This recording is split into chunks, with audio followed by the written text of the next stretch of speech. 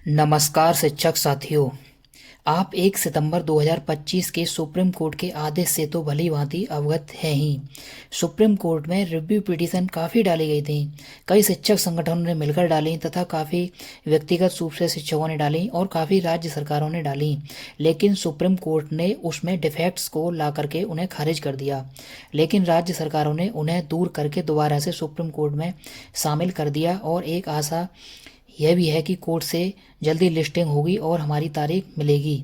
लेकिन कल लोकसभा में सांसद लालाजी शर्मा जी ने शिक्षा मंत्री जी से सवाल को उठाया, जो कि लोकसभा में 1606 अतारांकित क्वेश्चन था। सबसे पहले यह था कि क्या यह सच है कि राष्ट्रीय अध्यापक शिक्षा परिषद एनसीटीई के दिशा निर्देश के अनुसार वर्ष 2011 से पहले नियुक्त कई शिक्षक अभी भी देश में शिक्षक पात्रता परीक्षा से संबंधित अनिश्चितता और प्रशासनिक बाधाओं का सामना कर रहे हैं, और यदि हाँ तो तत्संबंधी ब्यौरा क्या है, इसका उत्तर दीजिए। क्या सरकार इस बात से अवगत है कि वर्ष 2011 से पहले नियुक्त शिक्षकों की नियुक्ति उस समय लागू नियमों और प्रक्रियाओं के तहत की गई थी जब देश में टीईटी अनिवार्य था ही नहीं?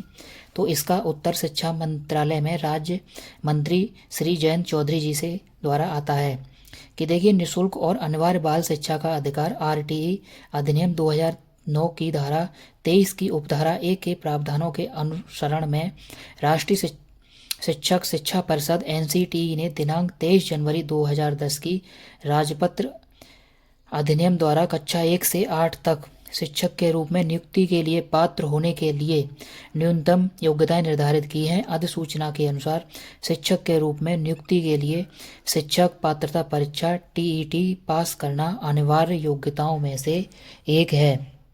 भारत के माननीय सर्वोच्च न्यायालय ने दिनांक 1/9/2025 के अपने निर्णय द्वारा बताया है कि अधिनियम की धारा 23 के तहत निर्धारित न्यूनतम योग्यताओं में से एक है और अधिनियम के तहत आने वाले स्कूलों में शिक्षकों के रूप में नियुक्ति के लिए यह अनिवार्य है।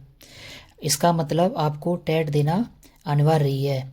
आरटीई अधिनियम लागू होने से पहले भर्ती के लिए शिक्षकों संबंध में माननीय सुप्रीम कोर्ट के ने भारत के संविधान के अनुच्छेद 142 के तहत अपनी शक्तियों का प्रयोग करते हुए यह व्यवस्था दी है कि जिन शिक्षकों की सेवा 5 वर्ष से अधिक बची है उन्हें सेवा में बने रहने के लिए निर्णय की तारीख से 2 वर्ष तक टेट पास करना जरूरी है। जिनकी सेवा 5 वर्ष से कम बची हुई है उन्हें टेट से छूट है, लेकिन पदोन्नति तभी होगी जब आप टेट पास कर लेंगे। मतलब साफ है कि केंद्र सरकार सुप्रीम कोर्ट के निर्णय के पक्ष में है। अब आपको क्या करना है? सर्वप्रथम मायूस नहीं होना है, घबराना नहीं है और नेगेटिव न्यूज और नेगेटिव लोगों से बच के रहना है। यूपी टेट का नोटिफिकेशन फरवरी एंड या मार्च के मंथ में निकलेगा और एग्ज़ाम जुलाई में प्रस्तावित है। धीरे धीरे अपनी तैयारी को शुरू कर दें, हल्का फुल्का, जिससे आपकी हैबिट में आ जाए। इतना भी हार्ड एग्ज़ाम नहीं है, अगर आप करेंगे आराम से हो सकता है, लेकिन सही जगह से आपको कंटेंट मिलना चाहिए।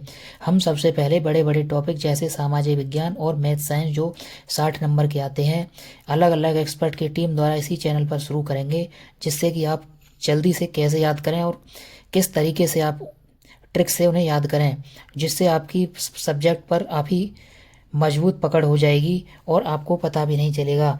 और इसी तरीके से आप अपने धैर्य को बनाए रखें और इस खबर को प्रत्येक पीड़ित शिक्षक तक पहुंचाएं। अगर आप चैनल पर पहली बार विजिट कर रहे हैं तो हमारे चैनल को ज़रूर सब्सक्राइब कर लें और आने वाले टाइम में हम ऐसी ही अपडेट लाते रहेंगे और आपको धैर्य बना करके रखना है और घबराना नहीं है। नमस्कार।